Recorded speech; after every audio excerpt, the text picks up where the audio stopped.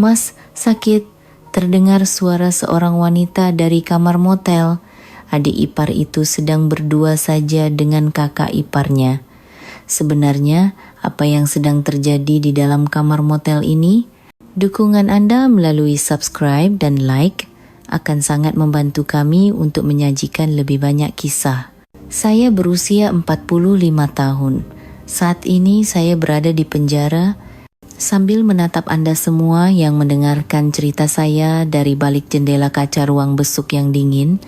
Saya merasa harus menceritakan mengapa saya bisa berada di sini. Tidak, saya ingin menceritakannya. Mungkin setelah mendengar cerita saya, Anda akan berpikir, tapi tetap saja tidak seharusnya begitu. Saya pun berpikir demikian 20 tahun yang lalu. Saya percaya bahwa di dunia ini ada yang benar dan salah. Ada hukum dan ada keadilan. Namun, saat itu saya tidak tahu bahwa terkadang semua itu bisa menjadi tidak berdaya. Lihatlah tangan saya. Tangan yang selama 20 tahun menyeduh kopi dan melayani pelanggan di kafe ini, kini memiliki bekas borgol yang dingin dan kaku. Lucu, bukan? Saya yang seumur hidup berusaha menyajikan secangkir kopi hangat untuk orang lain. Pada akhirnya duduk di sini dengan tuduhan membunuh seseorang. Saya punya seorang putri, berusia 20 tahun. Namanya Kirana, orang yang paling saya cintai di dunia ini. Anak itu sekarang kuliah semester 4. Memikirkan betapa sulitnya dia menanggung beban karena ibunya ada di penjara dan takut teman-temannya tahu. Rasanya hati ini hancur berkeping-keping. Tapi saya tidak menyesal. Sungguh, saya akan menceritakannya perlahan, mulai dari kejadian 20 tahun yang lalu saat saya berusia 25 tahun. Apa yang terjadi saat itu adalah alasan mengapa saya duduk di sini hari ini. Mungkin di antara Anda ada yang pernah mengalami hal serupa. Jika demikian, saya harap cerita saya bisa menjadi sedikit penghiburan. Saya ingin tegaskan sebelumnya, semua yang akan saya ceritakan adalah kebenaran. Tidak ada yang saya kurangi atau lebih-lebihkan. Karena ini adalah rahasia yang saya pikul sendirian selama 20 tahun. 20 tahun yang lalu, tak lama setelah mbak saya menikah. Saat itu saya berusia 25 tahun, baru lulus kuliah dan sibuk mencari pekerjaan pertama. Sejak orang tua kami meninggal, lebih awal, mbaklah yang membesarkan saya. Usianya 5 tahun lebih tua, dan dia adalah kakak yang sangat bisa diandalkan. Kakak ipar saya, Mas Hendra, saat itu juga sudah punya usaha seperti sekarang. Sebuah pabrik produk plastik kecil, tapi cukup dikenal di daerah kami. Mbak saya Rini sangat senang, katanya Dewi sekarang tidak perlu khawatir lagi. Dia bilang karena sudah bertemu dengan kakak ipar yang bisa diandalkan, hidup kami ke depannya akan lebih mudah. Mas Hendra juga setuju. Jadi saya memutuskan untuk tinggal bersama mereka di rumah pengantin baru sampai saya mendapatkan pekerjaan dan mandiri. Saat itu saya benar-benar bahagia. Mbak saya menikah dengan orang baik dan saya merasa akan segera menemukan jalan hidup saya di dunia kerja. Saya pikir dunia ini begitu indah. Namun, segalanya berubah sekitar sebulan setelah Mbak kembali dari bulan madu di Bali. Mbak harus pergi ke pernikahan temannya di Surabaya. Rencananya dia akan pergi selama 2 hari 1 malam. Tapi Mas Hendra tidak bisa ikut karena ada urusan pekerjaan. Dewi, kamu sendirian pasti bosan kan? Makan malam saja sama Mas Hendra, kata Mbak saat akan berangkat. Saya bilang tidak apa-apa dan menyuruhnya pergi tanpa khawatir. Seandainya saja saat itu saya sedikit lebih berhati-hati atau mungkin menginap di rumah teman. Malam itu Mas Hendra pulang lebih awal dari biasanya. Saya sedang mempersiapkan lamaran kerja di kamar ketika mendengar suara pintu depan terbuka. Saya lihat jam, sekitar pukul 7 malam. Dewi, sudah makan malam? Tanya Mas Hendra sambil membuka pintu kamar saya. Suaranya terdengar normal seperti biasa. "Belum Mas, Mas Hendra sudah?" jawab saya. "Aku juga belum. Mau makan bareng? Kita pesan sate ayam atau apa gitu." Jadi, saya keluar dari kamar ke ruang tengah. Mas Hendra sedang melepas dasinya, tapi raut wajahnya terasa aneh. Bagaimana ya menjelaskannya? Sorot matanya berbeda.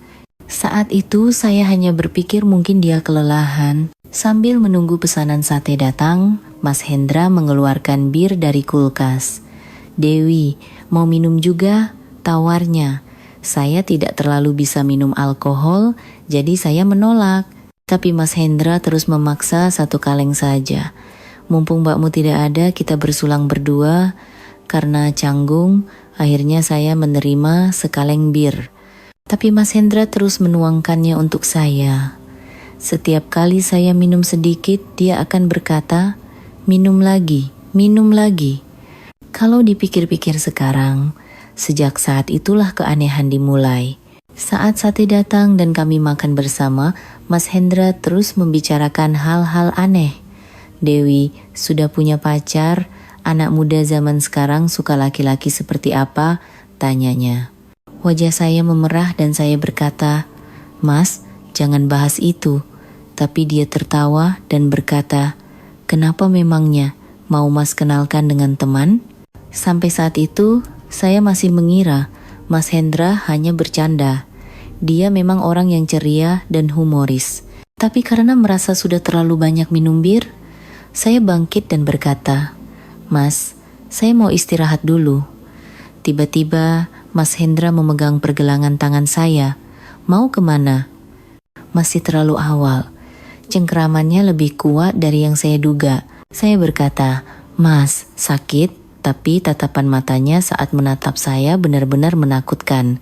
Dia seperti orang yang sama sekali berbeda. "Dewi, kamu pasti sering dibilang cantik, ya?" katanya sambil mendekatkan wajahnya ke wajah saya. Bau alkohol tercium sangat kuat. Saya mundur dan berkata, "Mas, saya benar-benar mau masuk kamar." Tiba-tiba, Mas Hendra bangkit dan mendorong saya ke dinding. Dia menekan kedua bahu saya dengan tangannya. "Mas, apa-apaan ini? Lepaskan saya!" teriak saya. Tapi dia hanya berkata, "Sis, diam," dan semakin mendekat. Saat itu saya benar-benar ketakutan.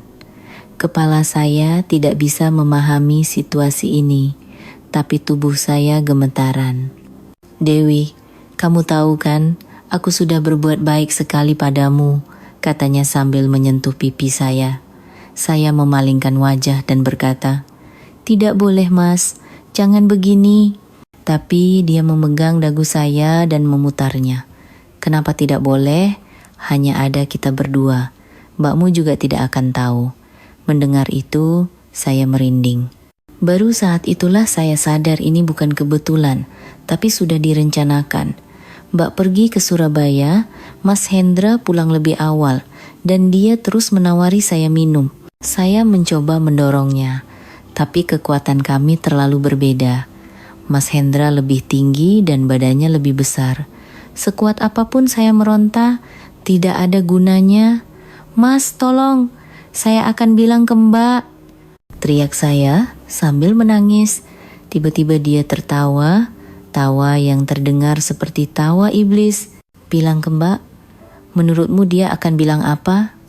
"Dewi, jangan-jangan kamu yang menggodanya?" bisiknya di telinga saya. Saat itu, saya merasa putus asa.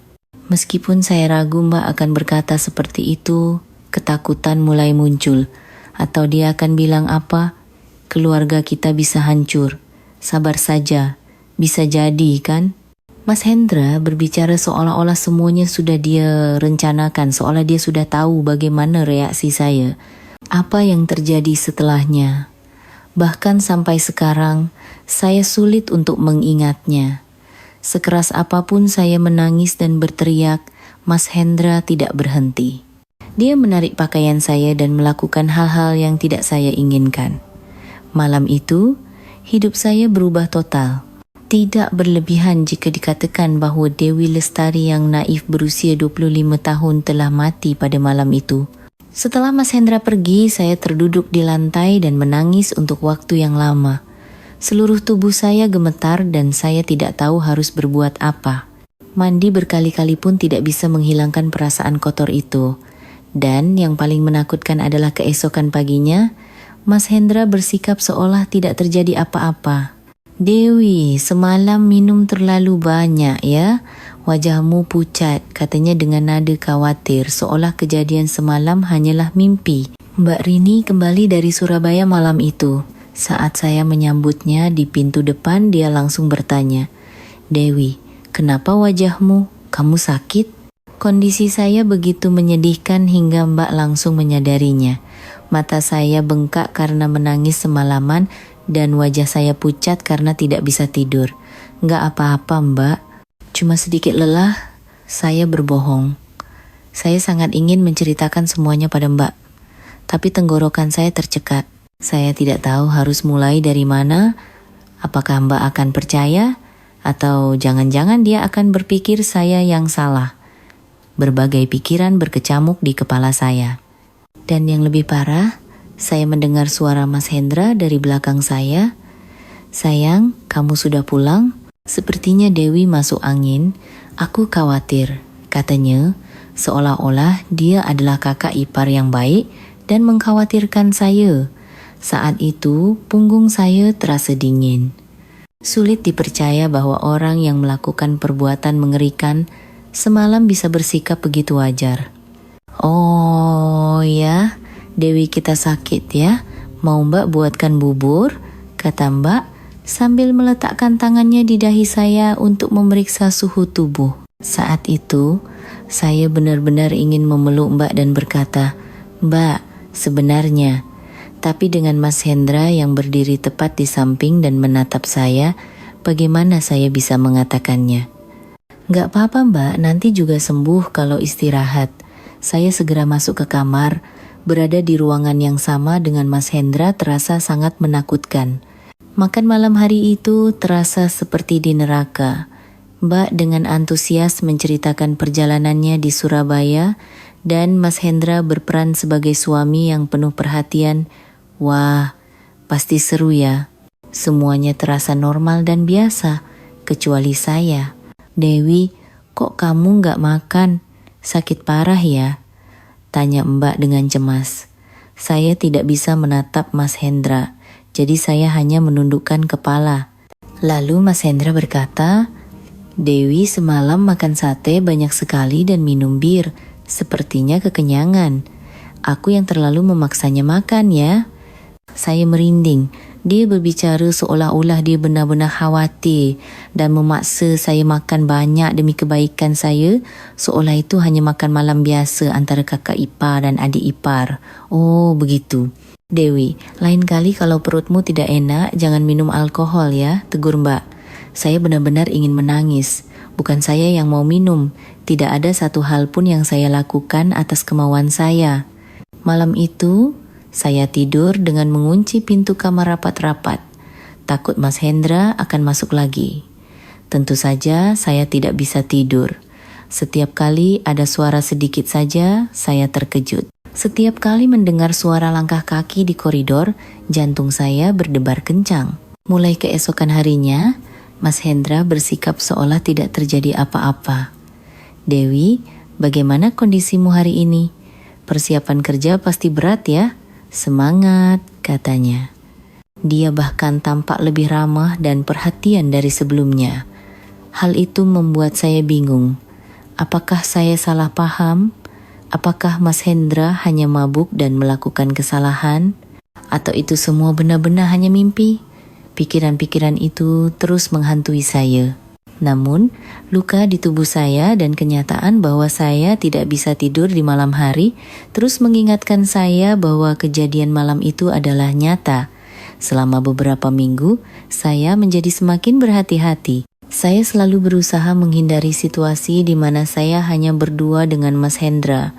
Ketika Mbak pergi keluar, saya ikut pergi atau menginap di rumah teman. Mbak bertanya, "Dewi, kok akhir-akhir ini jarang di rumah?" Saya hanya menjawab, "Lagi seru ketemu teman-teman."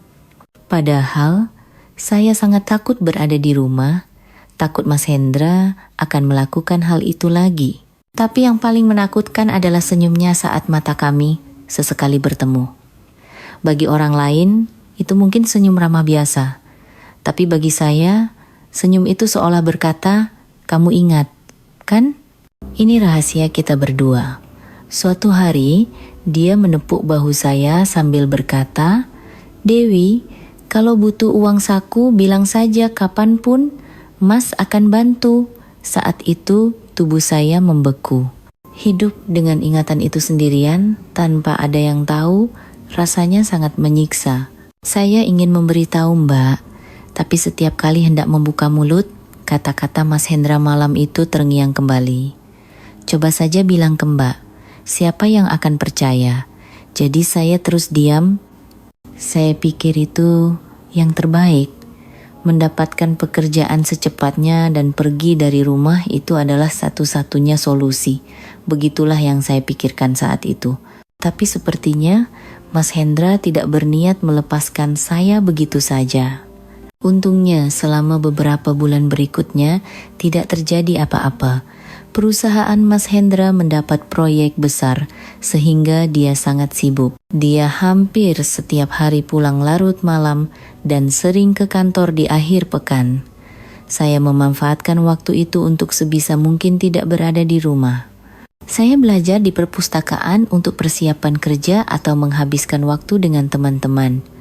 Mbak bertanya mengapa saya jarang di rumah, dan saya beralasan sibuk dengan persiapan kerja. Setelah hidup dengan hati-hati selama 6 bulan, akhirnya saya berhasil mendapatkan pekerjaan. Sebuah kantor akuntan kecil di kota kami. Gajinya tidak besar, tapi bagi saya itu adalah kesempatan yang sangat berharga. Yang terpenting, harapan terbesar saya adalah bisa pindah dari rumah Mbak. Ketika mendengar saya diterima kerja, Mas Hendra mengucapkan selamat. "Selamat ya Dewi, memang Dewi kita ini pintar," katanya. Di luar, dia tampak senang, tapi saya merasa dia sedikit kecewa karena tahu saya akan pindah. "Dewi, kenapa tidak tinggal di sini saja sambil kerja? Uang sewa kos-kosan kan bisa dipakai untuk uang saku," katanya. Saat itu, saya merinding. Saya pikir, tidak akan pernah. "Tidak Mas, saya kan sudah dewasa, harus mandiri. Saya juga sudah terlalu banyak merepotkan Mbak," jawab saya dengan tegas. Untungnya, Mbak juga mendukung. "Sudahlah, biarkan saja Dewi kalau dia ingin mandiri." Sebulan kemudian, saya menyewa sebuah kamar kos kecil di dekat kantor dan pindah. Barang-barang saya tidak banyak, jadi pindahan selesai dalam 1 hari. Malam itu, sambil memasak mie instan sendirian di kamar kos, saya merasakan kebebasan yang sesungguhnya. Ini benar-benar awal yang baru. Memikirkan itu, beban di hati saya terasa lebih ringan. Pekerjaan di kantor akuntan ternyata lebih menyenangkan dari yang saya bayangkan. Mengurus angka-angka cocok dengan kepribadian saya, dan pimpinan serta rekan-rekan kerja saya semuanya orang baik. Terutama, saya mendapat kesempatan untuk mengurus akuntansi perusahaan konstruksi, sehingga sering berinteraksi dengan orang-orang dari berbagai lokasi proyek. Di antara mereka, ada seorang supervisor proyek bernama Arif Budiman. Usianya 2 tahun lebih tua dari saya, orang yang sangat rajin dan hangat. Supervisor lain biasanya hanya bertanya atau meminta sesuatu lewat telepon dengan nada ketus. Tapi Mas Arif selalu datang langsung ke kantor dan berbicara dengan sopan. "Maaf Mbak, bisa tolong jelaskan bagian ini? Saya kurang paham," katanya selalu dengan rendah hati. Ternyata di lapangan dia adalah supervisor yang sangat dihormati. Kerjanya teliti dan dia memperlakukan bawahannya dengan baik sehingga semua orang menyukainya. Awalnya kami hanya berhubungan karena urusan pekerjaan, tapi suatu hari Mas Arif dengan hati-hati bertanya, "Mbak Dewi, kalau ada waktu mau minum kopi bareng?" Saat itu saya masih takut pada laki-laki, Trauma karena Mas Hendra membuat saya takut untuk dekat dengan pria. Tapi Mas Arif terasa berbeda. Dia selalu memastikan saya tidak merasa tidak nyaman dan tidak pernah memaksa. Oh, kalau Mbak tidak keberatan saja, jangan merasa terbebani. Kita bisa bicara soal pekerjaan juga, katanya dengan wajah memerah. Melihatnya, saya pikir dia orang yang sangat tulus. Pertemuan kami yang dimulai seperti itu menjadi sangat berharga. Mas Arif tidak pernah mendesak saya. Dia menunggu sampai saya membuka hati dan selalu memikirkan perasaan dan situasi saya terlebih dahulu. Yang penting Mbak Dewi merasa nyaman.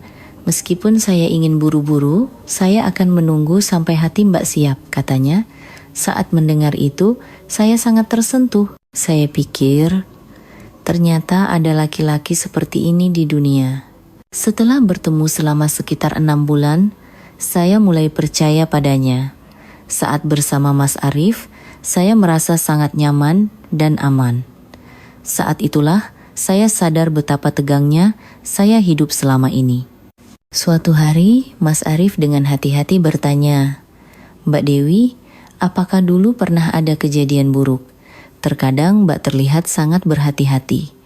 Saat itulah saya menceritakan tentang Mas Hendra padanya. Tentu saja saya tidak menceritakan detailnya. Tapi saya bilang ada anggota keluarga yang membuat saya tidak nyaman sehingga saya memutuskan untuk mandiri. Mas Arif mendengarkan cerita saya sampai selesai dan berkata, "Pasti berat sekali ya. Mulai sekarang saya yang akan menjaga Mbak Dewi." Mendengar itu, saya benar-benar ingin menangis. Teringat waktu-waktu yang saya lalui sendirian. Setahun kemudian, Mas Arif secara resmi melamar saya. Bukan acara yang istimewa. Saat kami sedang berjalan-jalan seperti biasa, kami duduk di bangku taman, dan dia dengan tulus berkata, "Dewi, maukah menikah denganku? Aku akan membuatmu bahagia seumur hidup." Saya menjawab, "Ya." Saya sangat bahagia. Akhirnya saya bisa merasakan cinta yang normal, bisa membangun keluarga yang normal. Saat mempersiapkan pernikahan, yang paling saya khawatirkan adalah memperkenalkan keluarga. Saat bertemu orang tua Mas Arif, semuanya baik-baik saja. Masalahnya adalah saat memperkenalkan Mbak dan Mas Hendra. "Mbak, aku akan menikah," kata saya. Mbak sangat senang. "Benarkah? Orangnya seperti apa? Baik kan?" tanyanya penasaran. Ketika saya memperkenalkan Mas Arif, Mbak dan Mas Hendra tampak puas. Terutama Mas Hendra, dia berkata, "Oh, kerja di bidang konstruksi ya? Pekerjaan yang bagus." Dewi beruntung. Sambil menyambut Mas Arif, makan malam hari itu berlangsung sangat hangat.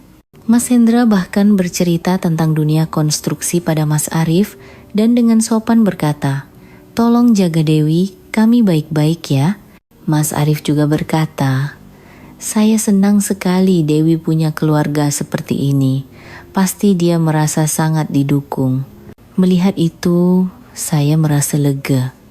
Saya pikir Mas Hendra tulus menganggap saya sebagai keluarga. Setelah hari itu, Mas Hendra benar-benar menjadi kakak ipar yang teladan. Dia membantu persiapan pernikahan, menawarkan bantuan untuk seserahan dan hantaran jika ada yang kurang. Benar-benar seperti kakak kandung. Sepertinya aku yang terlalu berlebihan. Mungkin Mas Hendra sudah berubah, pikir saya. Saya percaya waktu telah berlalu, dia sudah lebih dewasa, dan sekarang benar-benar menganggap saya sebagai keluarga. Pernikahan kami sangat indah. Itu adalah hari yang membahagiakan bagi saya, Mas Arif, dan kedua keluarga kami. Mas Hendra bahkan memberikan sambutan. "Saya lega sekali Dewi bertemu orang baik. Mari kita tetap menjadi keluarga," katanya. Rumah baru kami adalah apartemen kecil yang sudah disiapkan Mas Arif. Tidak besar, tapi cukup untuk pasangan baru. Mas Arif adalah suami yang sangat perhatian. Dia membantu pekerjaan rumah, peduli dengan pekerjaan saya. Kebahagiaan sederhana yang saya impikan adalah seperti ini. 6 bulan setelah menikah, saya hamil Kirana. Mas Arif sangat bahagia, kita akan punya anak. Aku bahagia sekali, katanya sambil memeluk saya. Selama kehamilan, Mas Arif memperlakukan saya dengan sangat istimewa. Saat saya mual parah, dia bangun tengah malam untuk memijat punggung saya dan tidak pernah absen mengantar saya periksa ke dokter kandungan. Saat Kirana lahir, saya melihat Mas Arif menangis. Sayang, terima kasih atas perjuanganmu. Terima kasih, katanya sambil menggenggam tangan saya erat. Mbak dan Mas Hendra juga datang ke rumah sakit untuk melihat Kirana. Cantik sekali, mirip Dewi, pasti cantik, kata Mas Hendra sambil tersenyum. Saat itu kami benar-benar seperti keluarga normal. Seiring tumbuhnya Kirana, keluarga kami menjadi semakin harmonis. Mas Arif adalah ayah yang luar biasa. Meskipun pulang larut, dia selalu menyempatkan diri bermain dengan Kirana, dan di akhir pekan dia selalu mengajak kami jalan-jalan. Keluarga kami jauh lebih bahagia dari yang pernah saya bayangkan. Semua itu benar-benar sudah berlalu. Sekarang tidak perlu khawatir lagi, pikir saya. Saya percaya masa lalu adalah masa lalu, dan kebahagiaan saat ini adalah yang nyata. Namun, ketika Kirana berusia 3 tahun, keretakan mulai muncul dalam kehidupan kami yang damai. Dan keretakan itu dimulai dari hal yang sangat kecil. Saat itu, Kirana berusia 5 tahun. Kami pindah dari apartemen kecil ke rumah yang sedikit lebih besar. Mas Arif mendapat promosi dan gaji saya di kantor akuntan juga naik. Setelah bekerja keras selama 3 tahun, pimpinan akhirnya mengakui kinerja saya. Saat acara syukuran rumah baru, kami mengundang Mbak dan Mas Hendra. Itu adalah momen berkumpulnya seluruh keluarga setelah sekian lama. Wah Dewi, rumahmu bagus sekali. Mbak tidak tahu kamu sepandai ini mengurus rumah, kata Mbak sambil berkeliling rumah baru kami dengan gembira. Mas Hendra juga berkata, berkat Mas Arif, Dewi bisa tinggal di rumah yang bagus. Syukurlah. Malam itu sangat menyenangkan. Kirana senang melihat tante dan omnya, dan Mas Arif juga terlihat santai. Mas Hendra bahkan memangku Kirana dan membacakan buku untuknya. Kirana, kita pintar sekali ya. Mau om belikan permen? Melihat Mas Hendra yang begitu menyayangi Kirana, saya merasa sangat bahagia. Kejadian di masa lalu benar-benar sudah berlalu. Sekarang kami adalah keluarga yang normal, pikir saya. Namun malam itu, saat saya sedang mencuci piring di dapur, Mas Hendra datang. Dewi, boleh minta segelas air? Iya Mas, saya mengambil air dari kulkas dan menuangkannya ke gelas. Tapi saat menerima gelas itu, Mas Hendra sedikit menyentuh tangan saya. Seketika, seluruh tubuh saya merinding. Kejadian 7 tahun yang lalu tiba-tiba teringat kembali. Tapi Mas Hendra bersikap biasa saja, berkata, terima kasih lalu kembali ke ruang tamu. Tidak, itu hanya kebetulan. Aku yang terlalu sensitif. Saya menenangkan diri. Tapi setelah itu saya terus merasa tidak tenang. Beberapa bulan kemudian, saat ulang tahun Mbak, kami datang ke rumahnya dan menyiapkan hidangan ulang tahun. Mas Arif tidak bisa datang karena lembur di kantor, jadi hanya saya dan Kirana yang pergi. Setelah makan malam, Mbak berkata akan memandikan Kirana. Saya sedang mencuci piring ketika Mas Hendra datang dari belakang. Dewi, suara Mas Hendra memanggil nama saya berbeda dari biasanya, terdengar rendah dan mengancam. Iya Mas, saya menjawab tanpa berani menoleh. Entah kenapa saya takut untuk berbalik. Kamu jadi makin cantik ya. Setelah menikah kelihatannya lebih feminin, katanya dari tepat di belakang saya. Saya bisa merasakan napasnya di punggung saya. Dia berdiri terlalu dekat. Mas, saya harus pulang setelah selesai mencuci piring, kata saya dengan suara bergetar. Tapi dia meletakkan tangannya di bahu saya. Kenapa buru-buru? Jarang-jarang kan kesini. Beban tangannya terasa sangat berat. Ingatan malam 20 tahun yang lalu muncul dengan jelas. Mas, Mbak menunggu, saya berkata sambil menyusutkan bahu. Lalu Mas Hendra mencengkeram bahu, saya erat-erat dan berbisik di telinga saya. Dewi, aku rindu waktu kita berdua.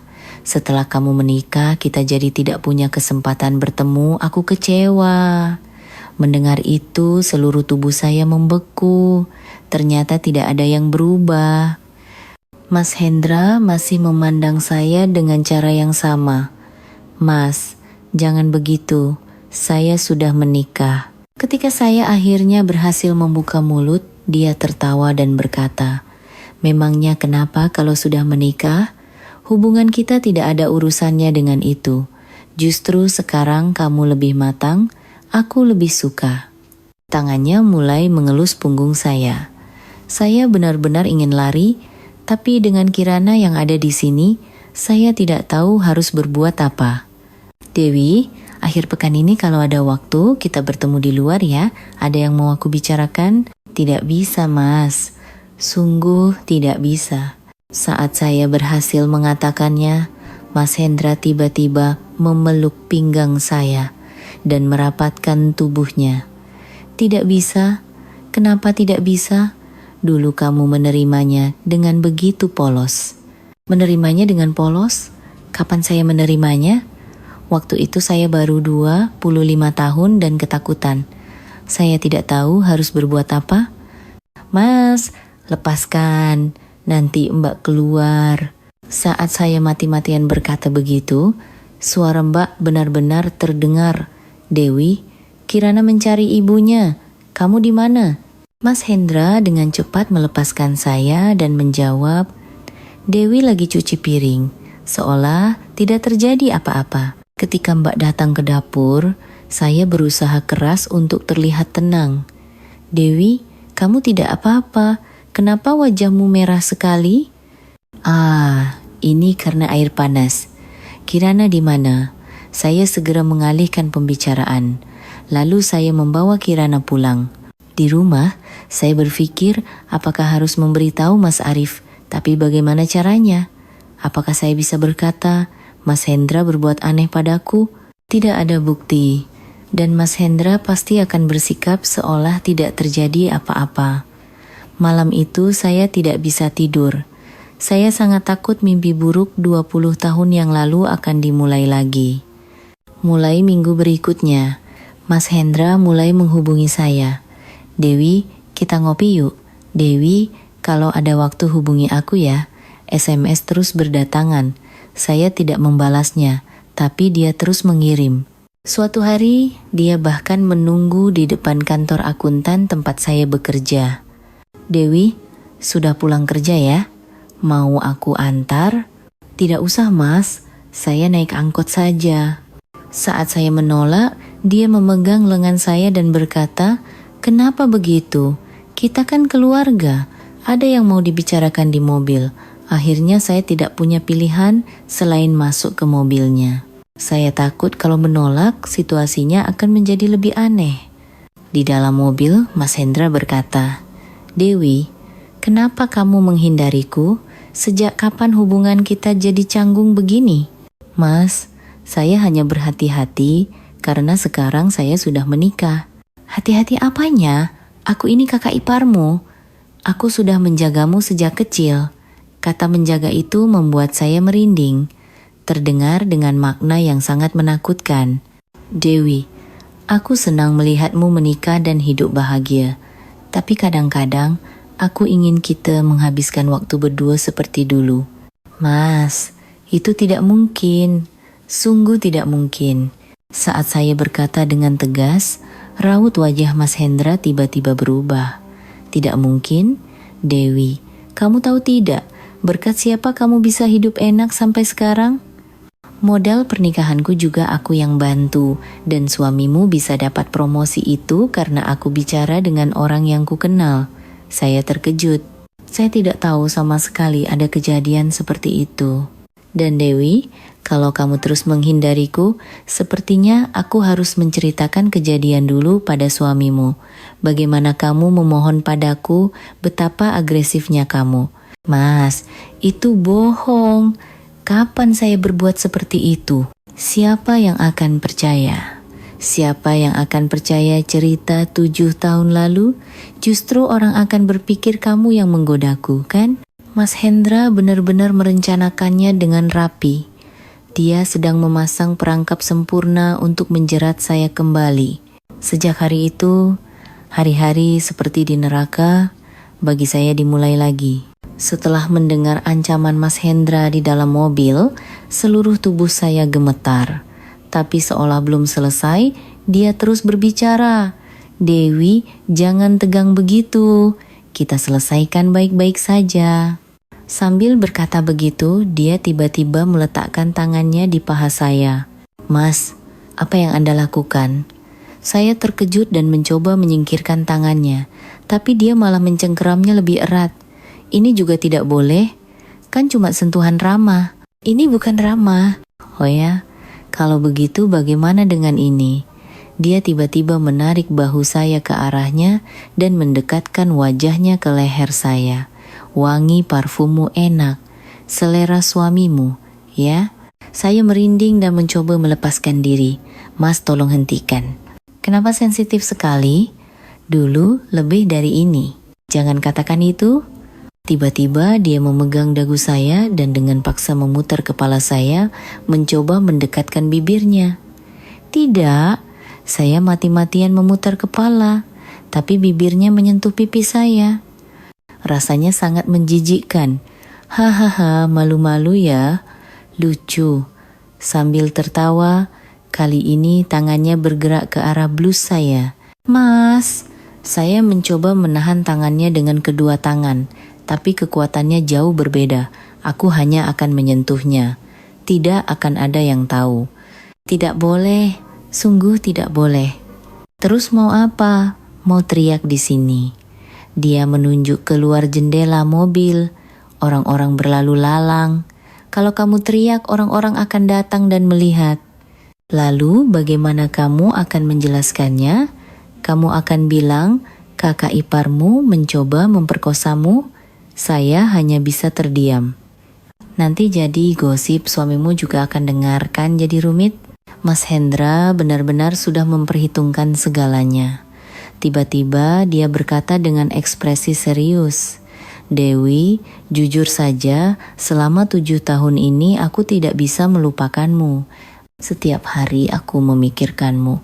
Bagaimana kabarmu? Apakah kamu bahagia dan apakah kita bisa bertemu lagi? Suaranya merendah. Kita bertemu lagi seperti ini sepertinya takdir. Jadi begini saja. Apa maksudmu? Hari ini 1 kali saja kabulkan keinginanku. Setelah itu, aku janji akan menyelesaikan semuanya dengan bersih.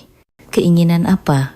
Kita ke hotel, minum teh sambil mengobrol. Hanya mengobrol. Itu saja sudah cukup. Saya tahu dia berbohong. Tidak mungkin hanya minum teh. Tidak mau. Antar saya pulang.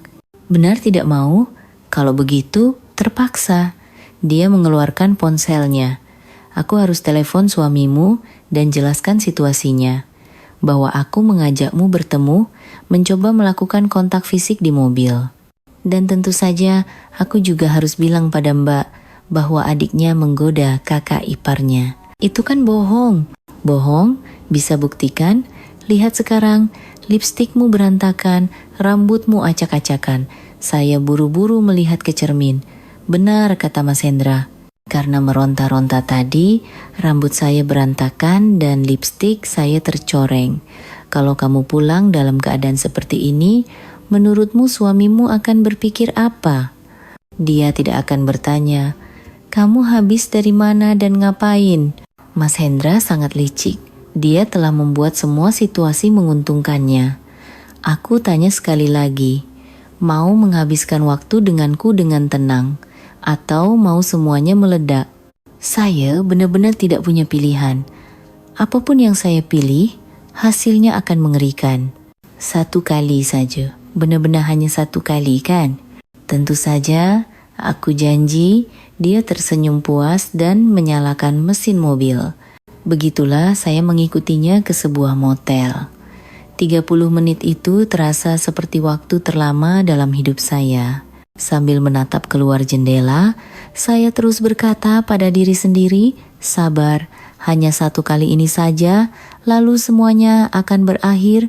Namun, sesampainya di motel, kaki saya lemas hingga sulit untuk berjalan. Saat Mas Hendra sedang check-in, dia terus memegang lengan saya erat-erat, mungkin takut saya kabur. Di dalam kamar, saya terus berdiri di pojok. Meskipun dia menyuruh saya duduk, saya tidak bisa bergerak. Dewi, jangan tegang begitu. Aku kan sudah janji. Hanya hari ini saja. Dia mendekati saya dan kembali meletakkan tangannya di bahu saya. Saat itu saya benar-benar ingin menangis. Tapi saya pikir saya tidak boleh menangis. Saya harus segera menyelesaikan ini dan pulang. Saya tidak mau mengingat apa yang dilakukan Mas Hendra selama 30 menit itu. Sekeras apapun saya berkata, Mas, Anda sudah janji, cukup sampai di sini. Dia terus menuntut lebih. Mas, sakit, kata saya, tapi dia tidak mendengarkan. Sebentar lagi, katanya, tidak pernah berhenti. Saya hanya bisa menahannya, berharap semuanya cepat berakhir. Saat keluar dari motel, Mas Hendra memegang tangan saya dan berkata, Dewi, terima kasih untuk hari ini. Sekarang kita sudah selesai dengan bersih, ya. Saya ingin percaya padanya bahwa ini benar-benar akhir, bahwa hal seperti ini tidak akan terjadi lagi. Tapi saat itu saya tidak tahu betapa pembohongnya dia. Bodoh sekali saya. Saya percaya pada kata-katanya. Selama seminggu setelah itu, semuanya benar-benar tenang. Tidak ada kontak dari Mas Hendra, dan di acara keluarga pun dia bersikap wajar seperti biasa. Saya merasa lega, berpikir akhirnya selesai juga. Dia menepati janjinya. Sampai-sampai Mas Arif berkata, sayang, akhir-akhir ini wajahmu terlihat lebih cerah ya. Saya tidak sadar betapa menderitanya saya selama ini. Rasanya seperti meletakkan beban yang sangat berat. Namun, kedamaian itu hanya berlangsung selama seminggu. Suatu hari saat sedang bekerja di kantor, sebuah pesan masuk. Dewi, kangen nih, ngopi yuk. Pengirimnya adalah Mas Hendra. Saya terkejut dan melihat sekeliling. Takut ada orang lain yang melihat. Saya langsung membalas, Mas, Anda kan sudah janji. Anda bilang hanya satu kali. Tapi balasan dari Mas Hendra sangat mengejutkan. Janji? Janji apa? Aku tidak pernah bilang begitu. Maksudku, hanya hari itu saja kita tenang-tenang. Tangan saya gemetar. Jelas-jelas dia berkata hanya hari ini saja, tapi sekarang dia berkelit. Mas, Anda jelas-jelas bilang, kalau hari ini saja, setelah itu Anda akan hidup sebagai kakak ipar biasa. Oh, kata-kata itu. Maksudku, hanya hari itu saja kita bersikap seperti itu, bukan untuk selamanya. Dia benar-benar tidak tahu malu. Bagaimana bisa dia memutarbalikkan kata-kata seperti itu? Dewi, kamu juga tidak menolak hari itu kan? Awalnya saja menolak tapi akhirnya pasrah juga. Pasrah? Kapan saya pasrah?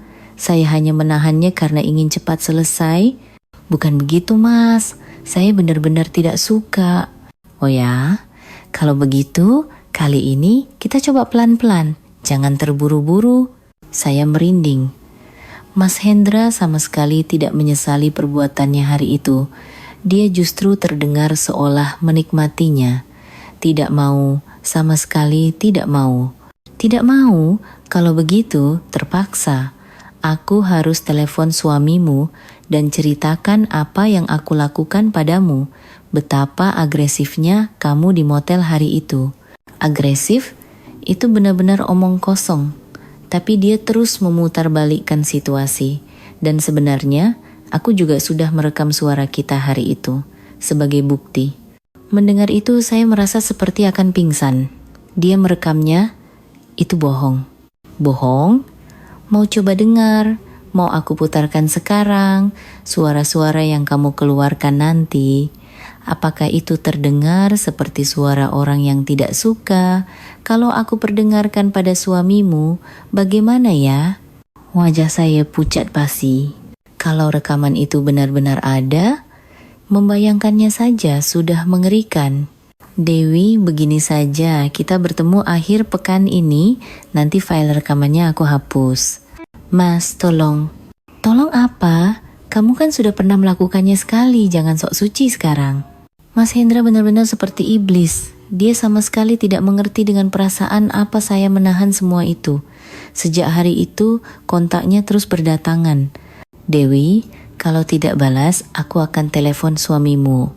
Kalau tidak balas sampai jam 12 malam ini, aku akan bilang pada Mbak juga. Mau aku kirim file rekamannya dulu?" Saya merasa seperti akan gila. Di rumah maupun di kantor, saya tidak bisa tenang. Setiap kali melihat ponsel, jantung saya berdebar kencang, takut ada kontak darinya. Mas Arif bertanya, "Sayang, kamu kenapa? Ada masalah?" Tapi saya hanya bisa beralasan, pekerjaan di kantor lagi berat. Akhirnya, saya tidak punya pilihan selain bertemu dengannya lagi. Kedua kali, ketiga kali, seiring bertambahnya pertemuan, saya semakin putus asa. "Dewi, sepertinya kamu sudah mulai terbiasa ya." Jauh lebih alami dari sebelumnya. Alami? Saya hanya pasrah. Saya tahu perlawanan tidak ada gunanya. "Mas, sampai kapan akan begini?" "Sampai kapan ya? Mungkin sampai aku bosan. Atau sampai kamu pindah ke tempat lain." Dia seolah menikmati situasi ini. Dia tampak puas karena bisa mengendalikan saya sepenuhnya. Begitulah beberapa tahun berlalu. Saya memenuhi tuntutannya sambil menjaga penampilan kehidupan normal di luar. Baik Mas Arif maupun Kirana tidak menyadarinya sama sekali. Tapi di dalam saya perlahan-lahan mati. Setiap malam saya menangis di bawah pancuran air dan saya benci melihat cermin. Saya merasa jijik dengan diri saya sendiri yang melakukan perbuatan kotor ini. Namun, seiring berjalannya waktu, ada sedikit perubahan. Awalnya, saya selalu menangis setiap kali, tapi pada suatu titik, saya hanya menahannya secara mekanis. Saya benar-benar mematikan emosi saya. Setidaknya, Mas Arif dan Kirana tidak tahu. Keluarga kita masih utuh. Saya menghibur diri seperti itu. Saya pikir jika pengorbanan kotor saya ini bisa membuat keluarga saya hidup damai, maka itu ada artinya. Mas Arif masih mencintai saya dan Kirana tumbuh dengan ceria. Dari luar, kami benar-benar keluarga yang bahagia. Untuk menjaga kedamaian itu, saya pikir pengorbanan saya sendiri sepadan. Begitulah saya bertahan. Tentu saja, saya masih merasa diri saya kotor. Tapi perasaan untuk melindungi keluarga lebih besar dari itu. Namun, ketika Kirana masuk kuliah, sesuatu yang benar-benar mengerikan mulai terjadi. Ketika Kirana masuk kuliah, sesuatu yang benar-benar mengerikan mulai terjadi. Selama ini, saya berhasil menyembunyikan hubungan saya dengan Mas Hendra. Pertemuan 2 atau 3 kali sebulan pun, saya lakukan diam-diam tanpa sepengetahuan Kirana dan Mas Arif. Saya sudah terbiasa dengan kehidupan seperti itu. Kirana tumbuh menjadi gadis yang sangat cantik. Wajahnya mirip saya dan kepribadiannya ceria serta percaya diri. Di kampus, dia populer dan katanya sudah punya pacar. "Bu, hari ini aku mau nonton film sama pacarku." "Oh ya, hati-hati ya." Melakukan percakapan normal seperti itu membuat saya merasa sangat bersyukur. Kirana bisa tumbuh dengan begitu polos. Saya merasa semua pengorbanan yang saya lakukan tidak sia-sia. Namun, suatu hari Kirana mengatakan sesuatu yang aneh. "Bu, Om Hendra akhir-akhir ini aneh deh." "Aneh? Apanya yang aneh?" "Kemarin ketemu di depan kampus, terus dia bilang, 'Kirana, kamu makin cantik aja. Sudah jadi wanita seutuhnya ya,' sambil megang-megang bahuku. Mendengar itu, jantung saya seperti berhenti berdetak. Terus kamu bilang apa? Aku bilang, makasih om. Tapi setelah itu dia tanya, sudah punya pacar? Pacaran sama laki-laki seperti apa om? Harus cek dulu nih. Pikiran saya kosong. Jangan-jangan Mas Hendra mengincar. Kirana juga. Kirana, kalau Om Hendra bilang begitu lagi, kamu hindari saja ya. Mengerti? Kenapa bu? Bukannya Om perhatian sama aku? Kirana benar-benar polos. Dia sama sekali tidak menyadari niat Mas Hendra. Sudahlah, jangan terlalu ikut campur urusan orang dewasa. Beberapa hari kemudian, terjadi hal yang lebih serius. Kirana pulang dan berkata, Bu, Om Hendra mau belikan aku hadiah. Hadiah? Iya, casing HP sama aksesoris. Tapi katanya mau kasih langsung, jadi kami janjian akhir pekan ini. Tidak boleh, saya berteriak begitu keras sampai Kirana terkejut. Ibu kenapa? Ada yang salah? Bukan begitu, Om kan sibuk. Kasihan kalau merepotkan. Gak apa-apa kok bu, Om yang nawarin duluan. Katanya sekalian mau traktir makan untuk merayakan aku masuk kuliah. Saya benar-benar panik. Mas Hendra ingin bertemu berdua saja dengan Kirana. Malam itu saya menelepon Mas Hendra. Mas, kenapa Anda mendekati Kirana? Hah? Apa maksudmu? Anda janjian mau bertemu dengan Kirana kan? Anda tidak boleh begitu. Lalu Mas Hendra tertawa dan berkata, oh itu, keponakanku sudah jadi mahasiswi. Masa omnya tidak boleh ikut merayakan?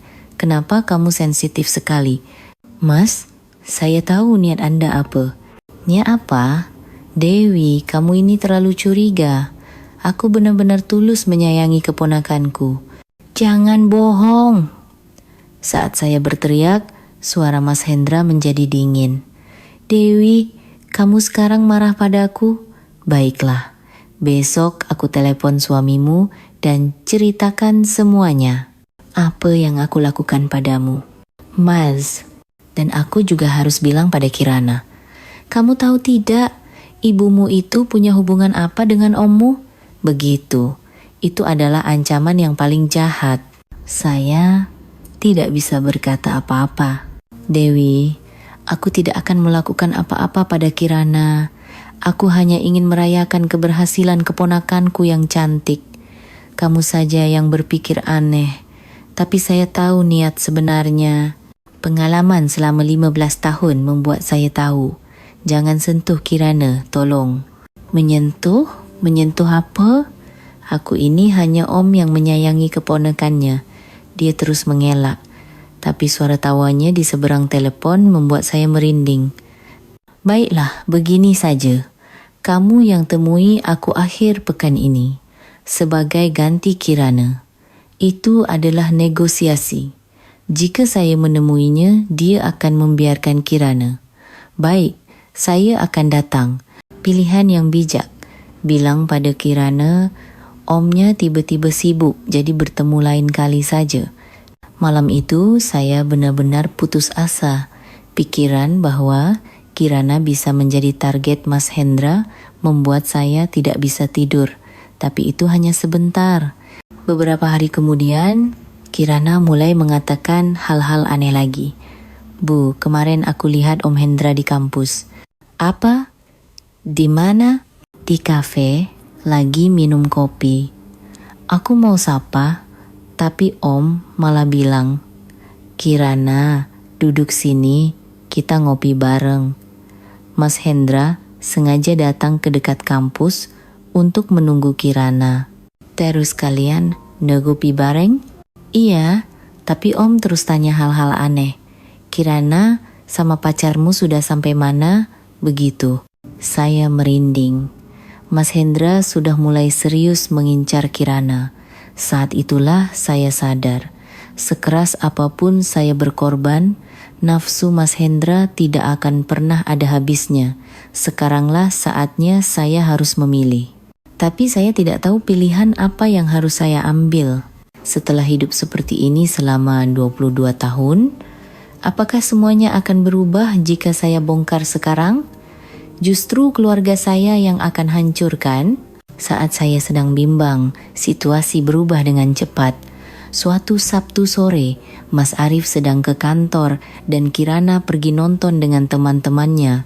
Saya sedang mencuci baju sendirian di rumah ketika mendengar suara pintu depan terbuka. Kirana pulang cepat, tapi yang masuk adalah Mas Hendra. "Mas, kenapa ke sini?" "Dewi, boleh aku masuk sebentar? Ada yang mau dibicarakan." Saya terkejut. Ini pertama kalinya dia datang ke rumah kami tanpa memberitahu sebelumnya. "Mbak di mana?"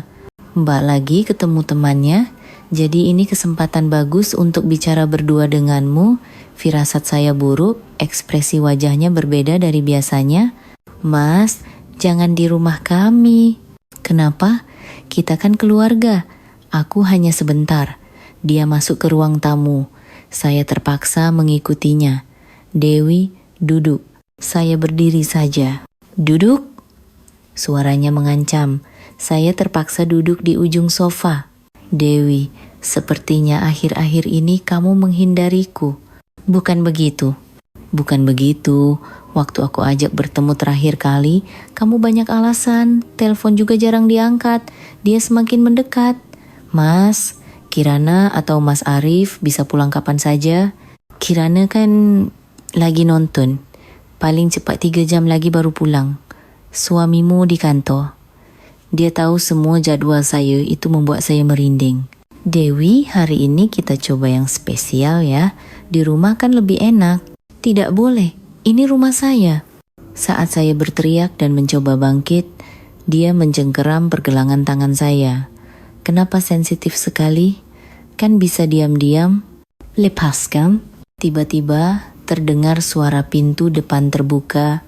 "Sayang, aku pulang." Itu suara Mas Arif. Dia pulang lebih awal dari kantor. Saya terkejut dan mencoba melepaskan tangan saya. Tapi Mas Hendra malah mencengkeramnya lebih erat. "Mas, lepaskan." Mas Arif pulang. "Tenang saja. Bilang saja kita sedang mengobrol."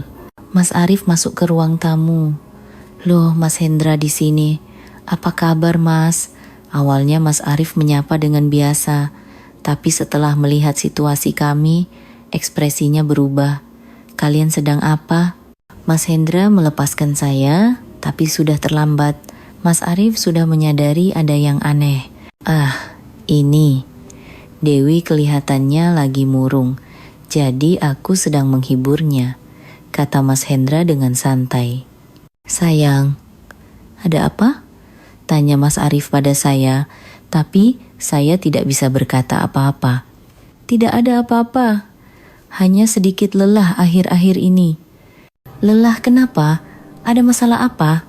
Saat Mas Arif hendak bertanya lebih lanjut, Mas Hendra menyela. "Mas Arif, wanita kan kadang begitu. Aku tahu karena sering lihat Mbak Rini." Tapi Mas Arif terus menatap saya.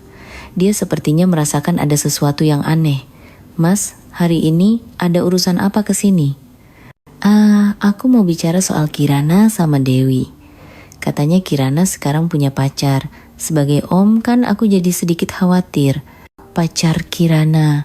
Saya baru dengar. Mas Arif menatap saya. "Sayang, Kirana punya pacar?" Itu, saya benar-benar bingung. Mas Arif tidak tahu Kirana punya pacar. Bagaimana Mas Hendra bisa tahu? "Mas Hendra tahu dari mana?" tanya Mas Arif. Ada nada curiga dalam suaranya. Mas Hendra tampak sedikit bingung, lalu berkata, "Oh, kemarin Dewi yang cerita." "Kamu yang cerita? Kapan sayang?" Mas Arif menatap saya. Saya tidak pernah mengatakan hal itu. Saya tidak pernah bilang begitu. Suasana menjadi sangat dingin. Mas Arif sepertinya sudah yakin ada yang tidak beres. "Mas, sudah sore. Sebaiknya Mas pulang sekarang," kata Mas Arif dengan tegas. "Oh, baiklah. Aku pulang dulu." "Dewi, kita ketemu lagi nanti ya." Mas Hendra menatap saya dengan penuh arti sebelum pergi. Begitu pintu depan tertutup, Mas Arif berbalik menatap saya. "Sayang, ada yang aneh. Kenapa Mas Hendra memegang pergelangan tanganmu? Dan apa maksudnya soal Kirana?" Saya tidak bisa berkata apa-apa. "Jujur padaku, kamu ada apa dengan Mas Hendra?" Saat itu, saya merasa tidak bisa lagi menyembunyikannya. Saatnya rahasia 22 tahun ini terbongkar.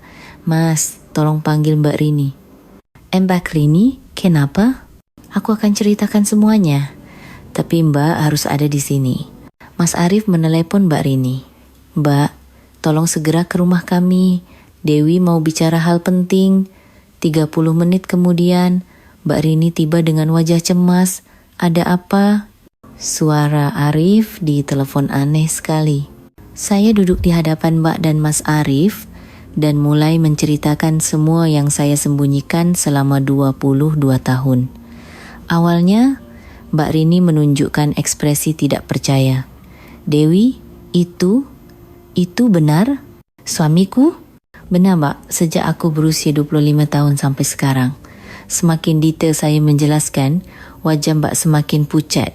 Mas Arif mengepalkan tangannya. Mas Arif mengumpat. Selama ini dia berbuat seperti itu pada istriku. Mbak Rini terdiam sejenak, lalu tiba-tiba menangis terseduh-seduh. Dewi, maafkan Mbak, maafkan Mbak. Aku hidup dengan binatang buas itu dan membiarkanmu. Mbak, ini bukan salah Mbak. Salahku. Seharusnya aku lebih peka. Tiba-tiba Mas Arif bangkit. Aku ingin membunuh bajingan itu sekarang juga. Mas Arif, tenang. Bagaimana bisa tenang? Dia sudah menyiksa istriku selama 22 tahun. Mbak Rini mengangkat kepalanya, matanya merah padam. Dewi, cerita soal Kirana itu benar? Manusia itu mengincar Kirana juga? Iya. Akhir-akhir ini dia terus berada di sekitar Kirana. Seketika, ekspresi Mbak Rini berubah total. Wajahnya menjadi menakutkan. Belum pernah saya lihat sebelumnya. Kirana tidak boleh disentuh, kata Mbak sambil mengertakkan gigi. 22 tahun aku menanggung ini saja. Sudah tidak bisa dimaafkan. Sekarang Kirana juga. Mas Arif mengangguk. Benar. Kirana tidak boleh mengalami hal yang sama. Tiba-tiba Mbak Rini terdiam. Setelah berpikir sejenak, dia membuka mulut. Dewi, manusia itu tidak akan pernah berhenti. Aku sudah menahannya, tapi sekarang dia mengincar Kirana. Siapa lagi yang akan jadi korban berikutnya? Ada tekad kuat dalam suaranya. Kita harus mengakhirinya. Mengakhirinya? Membuat manusia itu tidak bisa menyakiti siapapun lagi. Mas Arif menatap Mbak. Maksud Mbak, Arif, jika Kirana mengalami hal yang sama, apa yang akan kamu lakukan? Mas Arif terdiam sejenak. Bisakah kamu menahannya? Melihat putrimu diperlakukan seperti itu? Tentu saja tidak bisa. Kalau begitu, jawabannya sudah jelas kan? Mendengar percakapan mereka, punggung saya terasa dingin. Saya tahu apa yang mereka rencanakan. Mbak, jangan-jangan. Dewi, terima kasih sudah bertahan sendirian selama 22 tahun, tapi sekarang giliran kami yang bertindak. Mbak memegang tangan saya. Kita akan pastikan tidak ada lagi yang menderita, karena manusia itu. Mas Arif berkata, tapi bagaimana caranya? Kalau kita gegabah, kita bisa dalam bahaya. Kita buat rencana, kata Mbak dengan tegas. Rencana yang sempurna. Malam itu, kami duduk dan berdiskusi sampai subuh. Merencanakan akhir dari penderitaan 22 tahun. Mencari cara untuk melindungi Kirana. 2 minggu berlalu sejak kami membuat rencana. Selama itu, kami mempelajari jadwal Mas Hendra dengan cermat. Mbak mencari tahu jadwalnya. Dan Mas Arif memeriksa situasi di lapangan proyek. Saya bersikap seperti biasa agar Mas Hendra tidak curiga. Dia masih terus mengganggu saya. Seminggu 2 kali dia menghubungi untuk bertemu dan terus menyinggung soal Kirana. Dewi, bagaimana kabar Kirana? Omnya kangen nih. Dia sibuk, tidak ada waktu. Oh ya, kalau begitu aku samperin saja ke kampusnya. Setiap kali dia berkata begitu, seluruh tubuh saya membeku. Tapi sekarang saya tahu saya tidak perlu lagi menahannya. karena semuanya akan segera berakhir. Hari itu hari Jumat. Mas Hendra menghubungi saya seperti biasa. Dewi, malam ini keluar ya. Ada hotel baru buka, kita coba. Hari ini aku. Alasan apa lagi? Kalau kamu khawatir soal Kirana, cepatlah keluar. Saya mengirim pesan pada Mbak dan Mas Arif. Malam ini, 1 jam kemudian saya bertemu Mas Hendra. Dia terlihat sangat percaya diri seperti biasa. Dewi, hari ini kita coba yang spesial ya, tanpa batas waktu. Saya mengangguk, karena ini yang terakhir, saya bisa menahannya. Mas, tapi hari ini kita pergi ke tempat yang saya tahu. Tempat yang kamu tahu? Iya, ada tempat yang sepi dan bagus. Mas Hendra tampak terkejut. Ini pertama kalinya saya yang mengusulkan tempat. Oh ya, di mana? Ikut saja. Saya membawanya ke tempat yang sudah kami tentukan, sebuah area gudang yang sepi, dekat dengan lokasi proyek tempat Mas Arif bekerja. Di mana ini? Sepi kan? Tidak ada yang akan mengganggu. Mas Hendra menyukainya. Memang Dewi ini pintar, tempat seperti ini yang bagus. Ketika kami tiba, Mbak dan Mas Arif sudah menunggu, bersembunyi dalam kegelapan. Mas Hendra sama sekali tidak menyadarinya. Sejak saat itu, semuanya berjalan dengan cepat. Mas Arif muncul lebih dulu. Mas Hendra? Loh, Arif? Kamu ngapain di sini? Ada yang mau saya bicarakan. Mas Hendra mulai panik. Bicara apa? Saat itu Mbak juga muncul. Kamu tahu apa yang sudah kamu lakukan pada Dewi selama 22 tahun? Wajah Mas Hendra pucat pasi. Apa maksud kalian? Dewi, kamu bilang apa? Saya sudah ceritakan semuanya, Mas. Kalian gila ya? Mas Hendra mencoba kabur, tapi Mas Arif menghalanginya. Mau kemana? Arif, kamu percaya omongan itu? Dewi bohong. Bohong? Bohong selama 22 tahun? Kata Mbak dengan dingin. Kami tahu semua yang kamu lakukan pada adikku, dan sekarang kamu juga mengincar Kirana. Hei, ini salah paham. Kapan aku mengincar Kirana? Salah paham? Mas Arif mendekati Mas Hendra. Kalau begitu, ini juga salah paham? Mas Arif mengeluarkan ponselnya dan menunjukkan sesuatu. Pesan-pesan yang dikirim Mas Hendra pada Kirana. Saya yang diam-diam mengambil tangkapan layarnya. Ini juga salah paham? Dan menyiksa istriku selama 22 tahun juga salah paham? Mas Hendra benar-benar panik.